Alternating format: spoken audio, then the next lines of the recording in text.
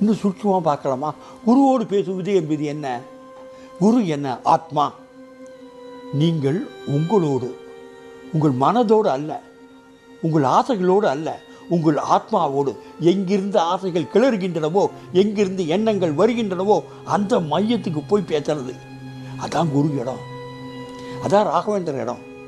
ஹிருதயத்தினுடைய மையப்பகுதி எது நீங்கள் என்று உங்களை நினைத்துக் கொள்கிறீர்களோ, நான் பாலகுமாரன், நான் பாலகுமாரன், நான் பாலகுமாரனா, நான் பாலகுமாரன் இல்லையே, இங்கே தானே இருக்கேன், நான் பாலகுமார். ஹிருதயம் எங்கே?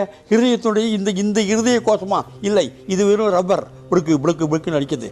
அந்த நடு மார்புக்கு வலப்பக்கம் ஒரு விரல் நுனி தள்ளி உயிர் இருக்கும் இடம் ஆத்மா. அந்த கரண்ட்டு தான் மூச்சு விட வைக்கிறது, அந்த கரண்ட்டு தான் பார்க்க வைக்கிறது, அந்த கரண்ட்டு தான் புலன்களை இயக்குகிறது.